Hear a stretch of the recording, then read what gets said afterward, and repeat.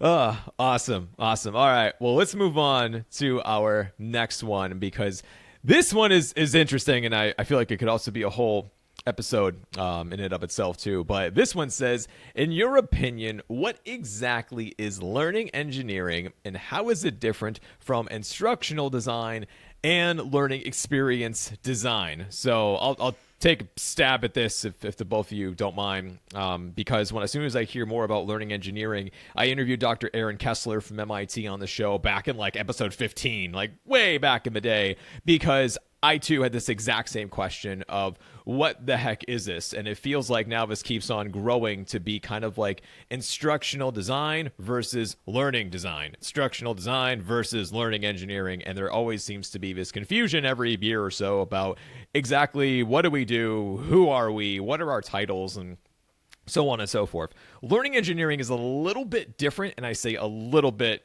using those words specifically. So by pulling from the actual definition of learning engineering, it's that it's a process and a practice that applies learning sciences, uses human-centered and engineered design methodologies, and iterative data-informed decision-making. So it's essentially thinking about learning as an engineer, which some could argue could be similar, or some could argue could be different from what is it that we do with an instructional design. But there was a really good article from Dr. Jim Goodell, who really is like one of the main thought leaders within the learning engineering space. And the blog was, are you doing learning engineering or instructional design?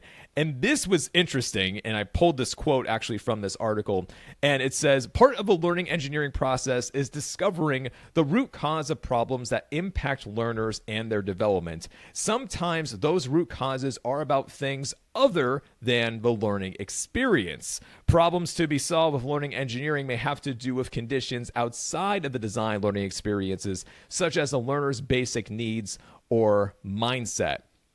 So that was like, okay, all right, I'm starting to see about how potentially this could be different because, unfortunately, once again, when we say the terms instructional design or learning experience design, I mean, let's be very clear, is that your organization sets who you are and what is it that you do. Because of that, there's no industry standard amongst these things. We can write about this, we can talk about this, but an instructional designer at MIT could do completely different things from an instructional designer at Apple or from a local organization or for whatever, which makes everything super duper confusing.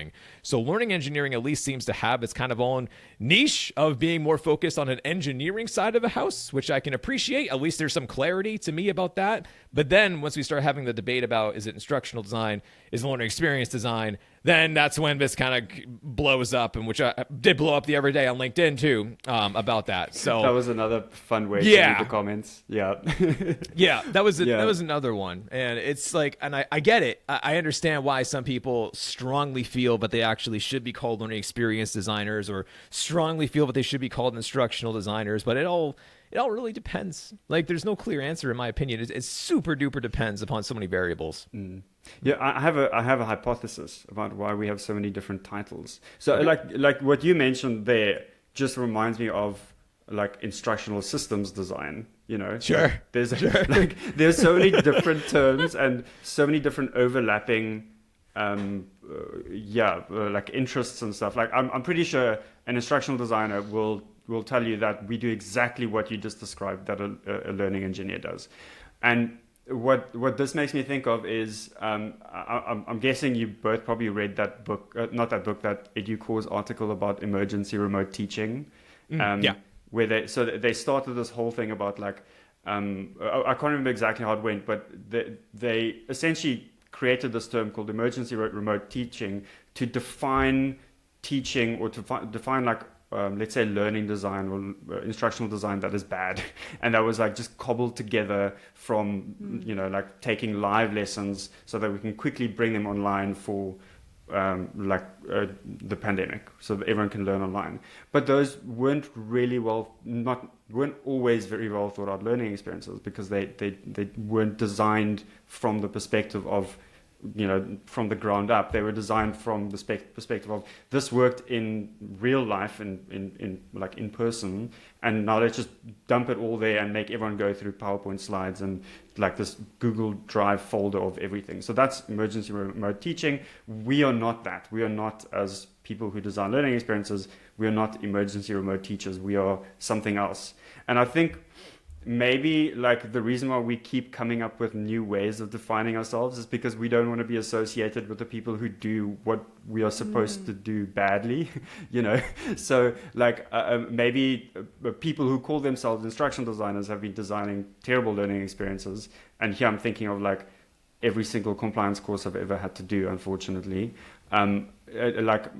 People might think, well, that's what instructional designers do. I don't want to do that. I want to be something else. I want to call myself a learning experience designer. But I still think that it all falls under the umbrella of the same thing. I think whatever you don't call, whatever doesn't fall under your definition of what you do is probably just bad practices for what you do, right? So it'll be like, this is instructional design. Unless it's done poorly, then it's not instructional design. Then it's just wasting people's time. That's my little hot take on there.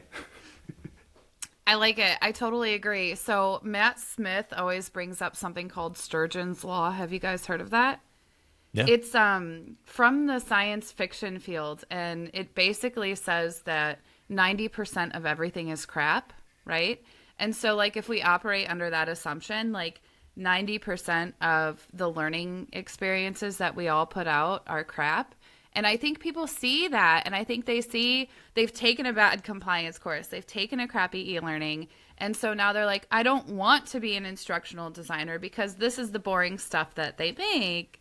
And so then they create these other titles and these other fields and but the problem is, one person on the internet saying that something is so does not make it so, right? Like one person on the internet saying learning experience designers use purple crayons only and instructional designers don't, and it's especially when the people who are saying who are trying to distance themselves from instructional design or instructional systems design, which is what it was originally called, right?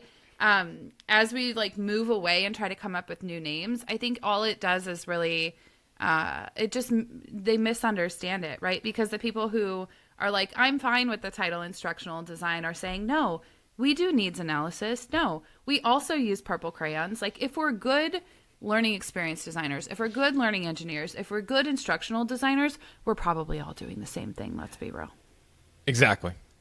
Exactly. Hashtag Team Purple Crayon. But that was always one thing that I see people get caught up with is that they see the exact definition of instructional design, which has been around for a long time, but actually does it basically says about how you are designing instructional materials is like the loose definition of instructional design. And now in 2023, it's just like, whoa, we do way more. It's not just that. We do so much more. And I was talking with some students the other day about when you think about the learning experience, I don't just think about the learning product. I think about surrounding that with the support, the care, the feedback, the webinars, the workshops, the pre-assessment forums, the follow-ups, the group act. It's everything. It's not just one part. It's the teaching, it's the learning, and it's the design. So it's not just only the design. Everything else has to be incorporated into that, which seems to make this massive debate on social media of people trying to be like, because I know that when I do read, when I read from some people about how they either don't conduct research, like Heidi, what you're saying, they don't do any research, they don't do focus groups or pilot programs, they don't apply the evaluations from other findings, they're just like, meh, it's done, and moving on. And I'm like, no, wait, no, you did the first part.